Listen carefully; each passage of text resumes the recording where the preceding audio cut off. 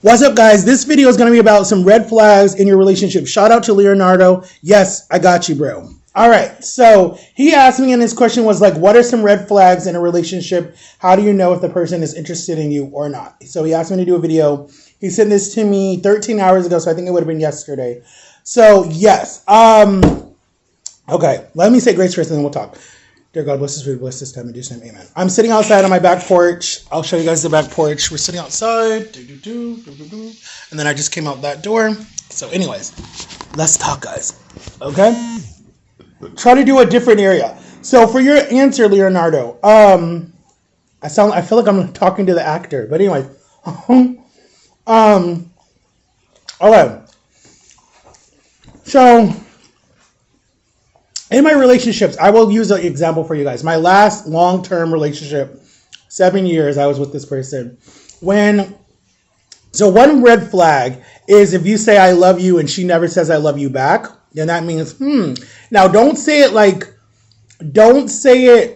4 weeks into the relationship. Wait for like a good 2 months, right? See where you're at in 2 months. 2 months may even be that too quick, but nowadays people move fast, so you never know.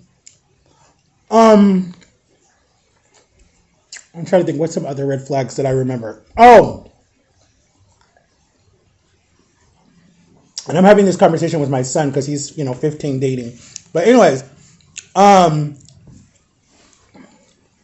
if she won't let you go through her phone, that's a red flag. If you always catch her talking on the phone to guys, unless it's like a gay best friend, that's fine because he's gay. He's not gonna. Well, I don't know. Some days they can lie and say that they're gay and they're really not. But anyways, in my situation, my ex had a lot of guy friends around her, and she would be like, yo, let me just screw around with this guy so then I could get his credit card and get us a hotel room or something like that. And stupid, naive me, who was so desperate to hang out with her, was like, yeah, that's fine, whatever. But then she would do crap right in front of me when we're sitting there in the hotel room, and I'm like, I'm done. But all right, so one is if she doesn't let you go through her phone. 2 is if you go in for a hug or a kiss and she's like, then she don't really like you. 3, if she takes all day to text you, unless you know she's at work, that's a red flag too. 4, if she always has an excuse of, oh, we can't go out tonight because I have this plan. Oh, we can't go out here. We can't do this. That shows that she doesn't care about you at all. What else? Let me see. What are some other red flags? If you have to pick up I guess technically you are supposed to pick up the bill every time you guys go out to eat. Oh, the biggest one that I think really pisses men off and me. If she's too embarrassed to title you her boyfriend and it takes her forever to say it, then she don't want to be in a relationship with you. Because I remember when I was in my relationship with my girlfriend, I want to say the first,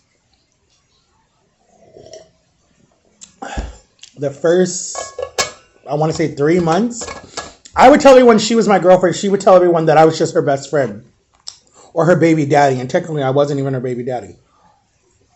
And then I remember when I stopped saying she was my girlfriend, as soon as I did that, she was like, wait, you usually say I'm with my girlfriend. Why did you stop saying that? And I'm like, what are you talking about? You never say you're with your boyfriend. You always say I'm just with my best friend. And you never titled me. So I'm like, I stopped looking stupid to my family and friends and saying, yeah, this is my girlfriend so-and-so. And I'm hanging out with her. And then behind doors, she's saying, I'm not dating him. He thinks in his head he's dating me, but I'm not. So as soon as I stopped announcing her as my girlfriend to my family or friends or whoever we were out with, wherever we were, and people were like, oh, you guys made such a cute couple. I'm like, oh yeah, that's my girlfriend. I stopped doing that. Then she was like, oh, why do you do that? We're not dating? And I'm just like, you're so freaking confusing because you tell everyone I'm your best friend. You don't claim me as your boyfriend. So why am I going to claim you as my girlfriend? That makes no sense. That makes me look like I'm a little child wanting a relationship so bad with someone who doesn't want one with me. So that's the one red flag. If she doesn't claim you around family members or friends, she won't hold your hand when you guys go on a date. That's another red flag. If she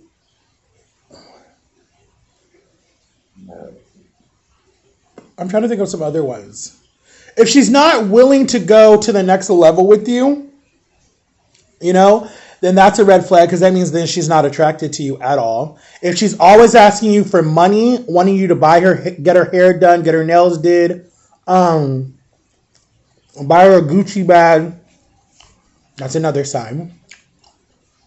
I was in a relationship that every month on the dock, without fail, she'd be like this. And I'm like, what's that for? And I'm like, what are you talking about? Give me the card. And then she'd go and waste every single dime of my money on the first of the month when I got paid back then. And then in the middle of the month, babe, I really need some cigarettes, or babe, I really need some new diapers for my baby, or babe, I really want to get my ears pierced, or I need some new earrings. I mean, like, she literally would waste all our money and then act like, and why did I say our money? Well, she said it was our money, but really it was my money. But yeah, that's another red flag. When she tells you, babe, I went to sleep super early, that's a lie. Because if you see on her TikTok or her Instagram or her Snapchat, that's what I like about Snapchat. You can see where your girlfriend is at the whole time if you both have it on your location services and you guys track each other. I think that's a little too controlling. With my ex in high school, shout out to you, Feliciana, no dissing you, but she was very controlling when we were dating in high school. She had to know where I was, who I was with. I couldn't talk to certain girls. I had to be on the phone with her constantly. She thought she had me whipped and controlled. Pull out my chair, push in my chair, give me my food, look at me. Like, that's how she was. Like, she was very controlling. I was like, oh, hell no. I'm like, I'm not dating my mother. Like, no, I don't need someone that's controlling. No, thank you. So we broke up.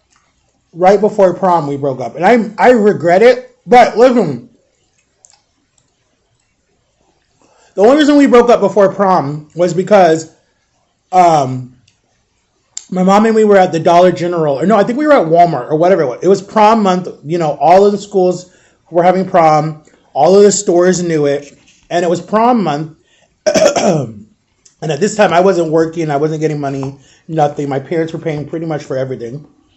You know, like parents are supposed to do. I think I was like 17 at the time. I remember I was very careful of doing da-dun-da-dun because my birth mom had my first brother at 17 and then had me at 18. So it was like kind of genetic. And then he had his first baby at 17.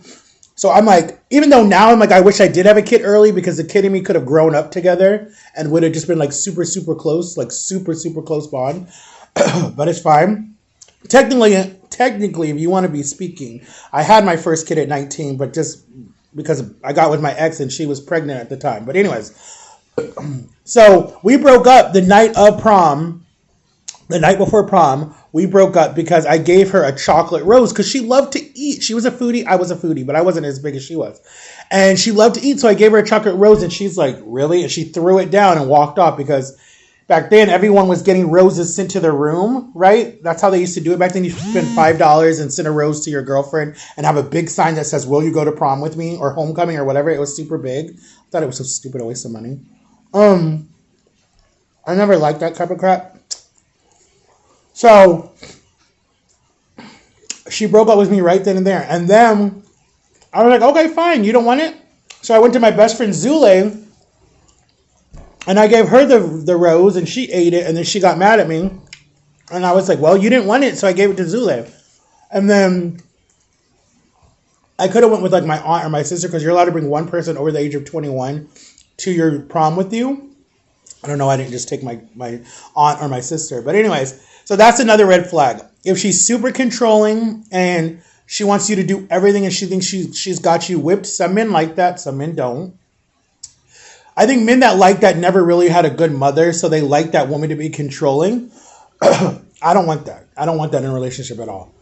I thought I did. No, thank you. But yeah, that's a red flag. I'm trying to think of some other ones, Leonardo. I've been out of the game for so long. Like, I have not been in a serious relationship since 2017. Yeah. If she's always with her girlfriends, you can never get her alone, she's not interested. All she cares about is just having a boyfriend as a title, but she doesn't put in the time and effort to do stuff with you. That proves she's not interested. If she,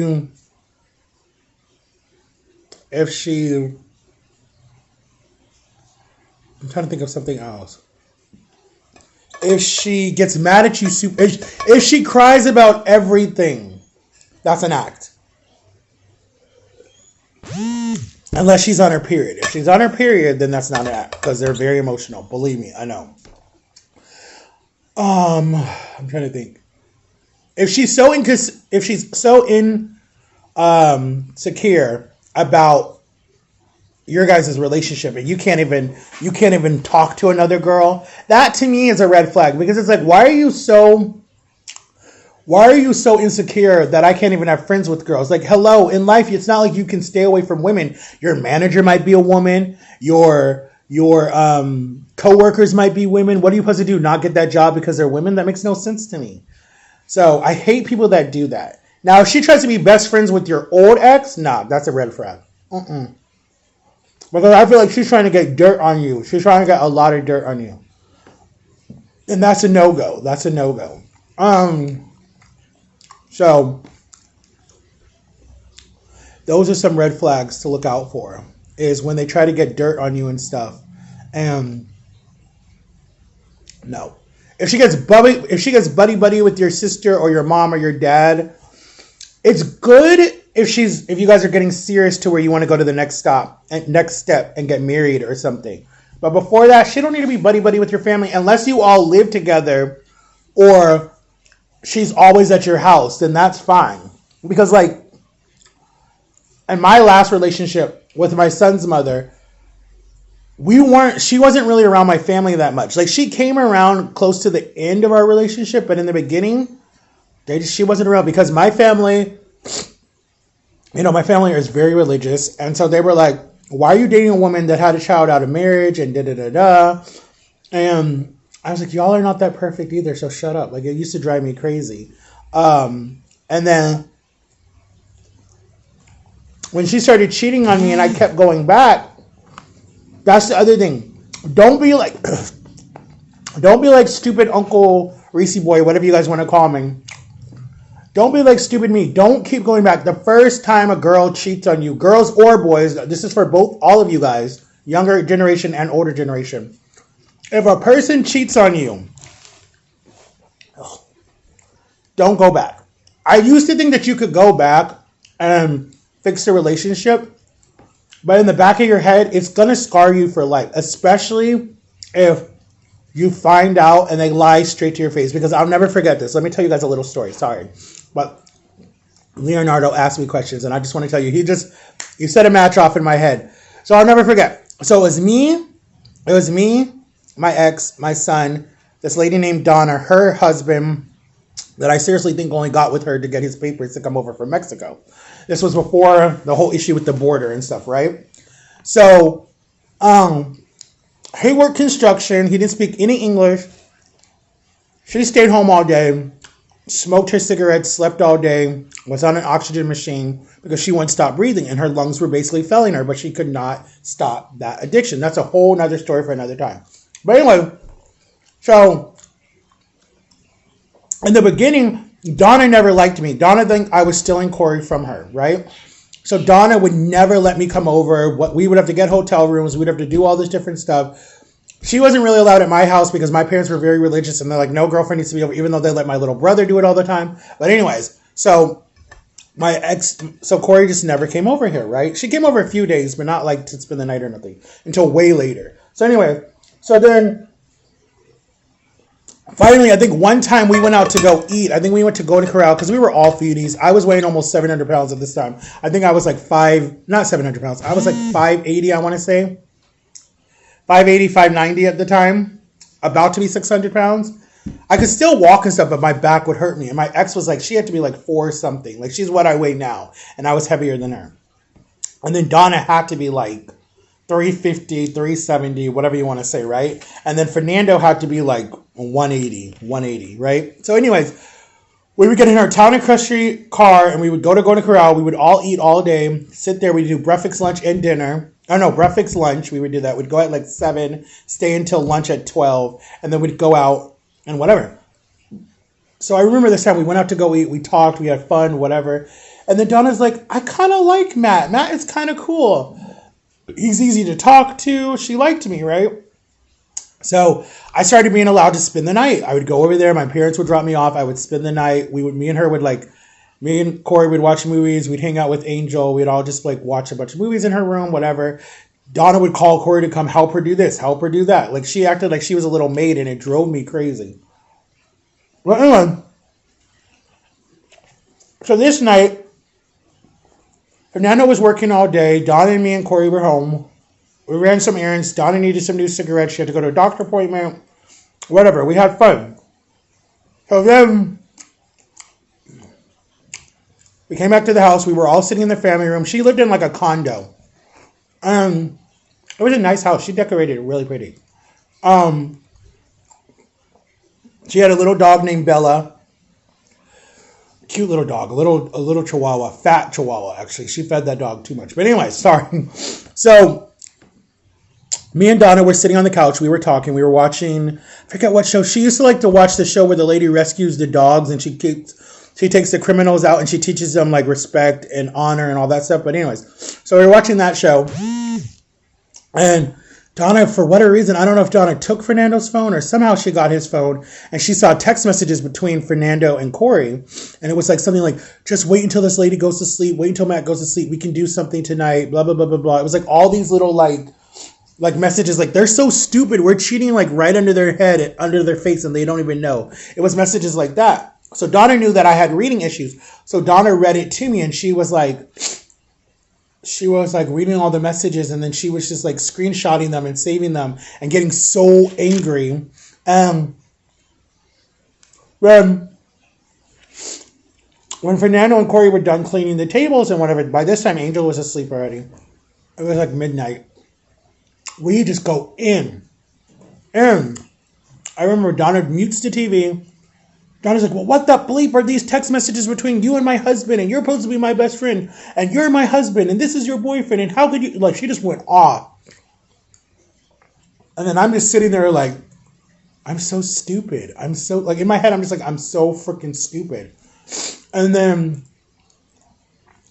Corey's like, it's not what you see. It's not what it looks like. It's not like this. It's not, like all this, like there were all these excuses. And then Fernando was like, babe, I don't like her. I want you.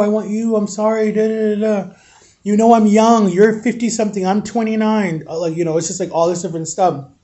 And I'm just in my head thinking like, I'm so stupid. Like I was getting so mad at myself because I'm like, my family has warned me about her. Her family's warned me about her.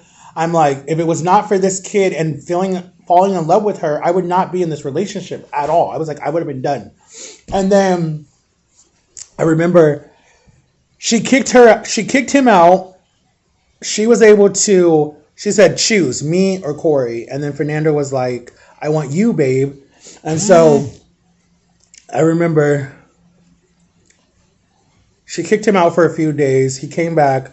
I remember I went home. I didn't talk to her for a few days because she cheated on me. So, but there were hundreds of other ones, guys. I've done videos on this before. But that is a red flag. If you cannot see her phone, right? And if you have nothing to hide and she has nothing to hide, then you can have each other's passwords. I don't see nothing wrong with that. I really don't. Unless she's secretly going in your phone and stealing stuff out of your bank account, then no. But if you're in a committed relationship, I think you have every right to go through their phone. I really do. Because it's like, if you have nothing to hide, if you're not Snapchatting, texting, DMing, you don't have any, naked pictures of anybody on your phone. She has no naked people in her phone, or she's not Snapchatting anybody. And y'all are being loyal to each other. So what if she knows your password? So what if she goes in your phone? Like, that's not, if you're in a committed relationship. I'm not saying first in your relationship. I'm not saying a year in your relationship. I'm saying after y'all have been together for at least 5 years. Then, and you trust her, and she trusts you, then she has a right to go through your phone, and you have a right to go through hers too. I was in a relationship, my longest relationship was 7 years. 7 years technically, right? We met when I was 19. She was like 22, 23, whatever, right? We were together all of my 20s. I literally gave her. I gave her all of my 20s. All of my 20s was being a stepdad and being in a relationship with someone that could not make up their minds what they wanted. But I knew her history, so I didn't blame her for a lot of stuff because that wasn't really her fault. And that's the other thing. We're at 20 minutes. That's the other thing. If you get in a relationship with somebody that has so much trauma in their life, right? Where, like, I know some of these women that get with these men, and you see it on these TV shows, and you see it on the different channels, and I watch a lot of the ID channel. You get this woman that has such a good heart, such a good heart. She meets this bad boy that her family doesn't really like. The guy puts his hands on her. The guy is abusive to her and the kids. The guy ends up, her later. And like, she go to sleep, she gone, right? I have to be careful what I say on YouTube. And the family's like, she was trying to help him. They met in rehab, or they met somewhere in a restaurant, or they met wherever. And there were a lot of red flags. And you have some women that get away from it and they tell their story. And then you have, like, there's a show called Evil Lives Here. That's the new show on the ID channel. And a lot of times it's the victims of the situation. And sometimes it's mothers, brothers, sisters, aunts, uncles, whatever. There's a lot of abuse that happens in it. But a lot of men and women do this, and I've done this, where you get with these people that are so broken and you think that you can change them. Honey, you can't change them. Only God and their self can change. I have been in relationships like that where I was getting my every single day, basically, in a relationship that I was in. This woman was so physical abusive to me. Scratched my eye, cornea, busted my lip.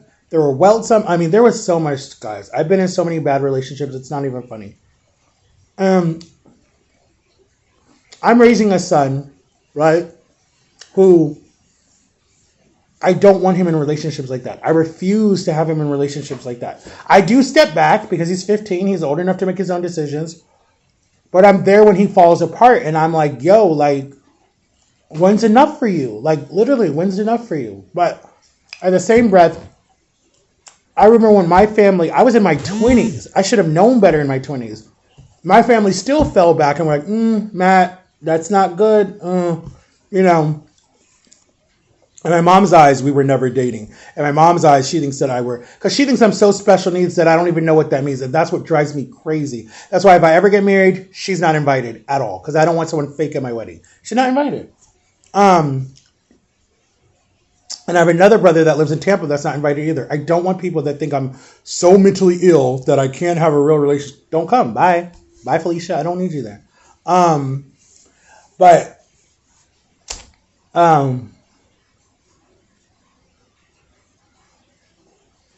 just don't. I mean, to your question, I know I went all over the place, but I was just trying to tell you some of my stuff. I don't want to see you get hurt. I don't even know you, but I know how it feels when you get in a new relationship. You're so happy. I think that you should stay in the relationship if you're happy. But if you get to a point where you feel like she's not being honest, she's not being trustworthy, she won't let you see her phone, she has all these excuses. I mean, that's up to you if you want to walk away or be very, very, very like on a thin line. Be like, I'll claim you as my girlfriend, but I'm very cautious because of, whatever. Like, you didn't tell me if this was your first relationship, second relationship, third relationship, but just be very cautious. That's all I'm telling you from Reese Boy, because I was not cautious at all in any of my relationships, and I was hurt so bad in any of my relationships. The one that was 7 years, dude, in 2012, right? I went through a whole dramatic situation with the court system being falsely accused. Stuff happened to me in the jail, whatever. I was done. I didn't want to live no more, right? But she stood by me through all of that. And she could have left. She could have been like, no, I'm done. But she stood by me. She stood by me, and her family stood by me. People who knew my true character stood by me. They're like, that's not... Anyways, they're like, we got you.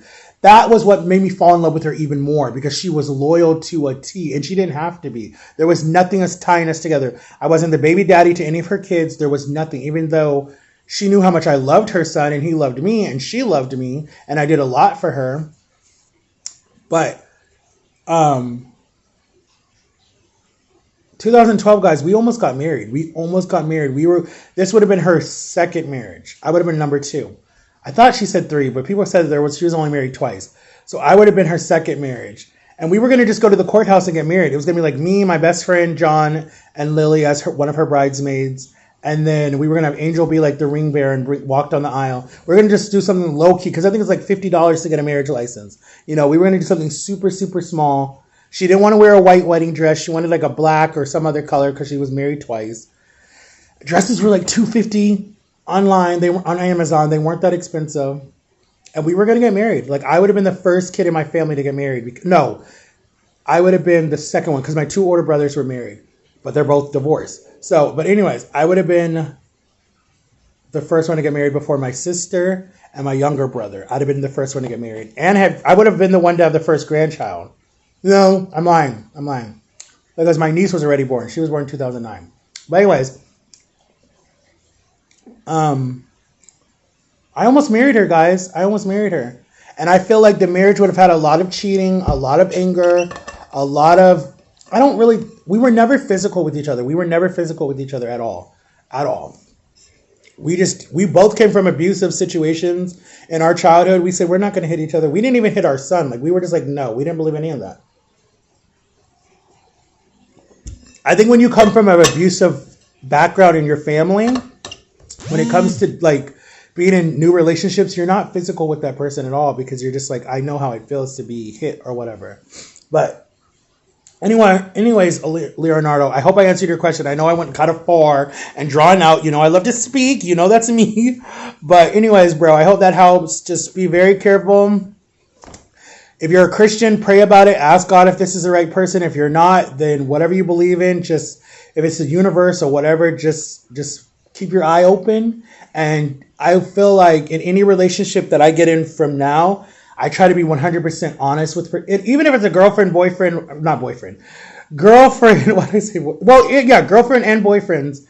I'm right. I'm so stupid. Girlfriend and boyfriends. I feel like you guys have to be open with each other, 100% upfront, honest with like, not everything at first. Like, don't tell them so much traumatic stuff that you kind of scare them. But I think with like who you were with, what, if you caught anything, if you were, if you use protection, like whatever, just be honest because I feel like nowadays women and men trick women or men. So if you're bisexual or you're trans or any of that stuff, tell them up front so they know that they don't get shocked when you're about to do da-da-da-da. Like, be honest with them because I think some people are scared to say that because they don't know how they're going to be judged, or some people are just total jerks and they don't care and they want to scare the person. And I don't think that's fair because then that's when the person becomes abusive towards you because you just basically hooked them with them and they're saying they're completely straight. So you got to really be careful with what you do. That's just my opinion. But anyways, guys, I'm going to get off this video. We're 28 minutes in. Let me know if you guys have any more questions about relationships. Let me know if you want to know some more stories about my life. Yeah, guys, keep watching my commercials. Get me up there, guys. We're at $81. They won't pay you until you reach 100. Let me know what else you guys want me to get from TikTok Shop because TikTok is about to shut down in January if the guy doesn't give it to someone in the US. So let's see what happens with that. But let me know because there's a sour candy that I want to do a video with my son. He's supposed to come next week and we're supposed to shoot a video. I don't know if we'll upload it. It's up to him if he'll allow me to do it or not. But when he's ready, I might record the video, upload it, but then keep it private. That's until he says, Dad, go ahead, post it. But we're definitely going to do a live, guys. Go to my TikTok, Max341989. If you want to hang out with us, we're going to do a live probably Friday night. So that will be the 20. Let me tell you what day that is. We're going to do a super live the 25th. So the last Friday of this month of October, we are going to do a live stream on TikTok. So you guys can come over, have fun, drop some stickers, subscribe to my channel over there. I didn't even know you needed to do that on TikTok. You get props, you get stickers and all that different stuff before TikTok gets banned. So anyways, I love you guys. I'll try to post another video. Let me see if my parents go to church tomorrow. I'll try to post one tomorrow. If not, definitely Wednesday. And then definitely, if Jama comes on Monday, definitely Monday. Because I have an interview for Popeyes, so let's see if I get it. But I love you guys. Make sure to like and subscribe. And I hope that answers all your questions. And bro, let me know what else you have, and tell me if it was good or bad. Let me know if it answered your questions. All right, guys, have an awesome Saturday. I'll see y'all later. Bye bye. Oh, comment what you guys. Well, as we get closer, comment what y'all gonna be for Halloween, because I'm doing nothing. But just comment what you guys are gonna be. All right. I love you guys. Peace out.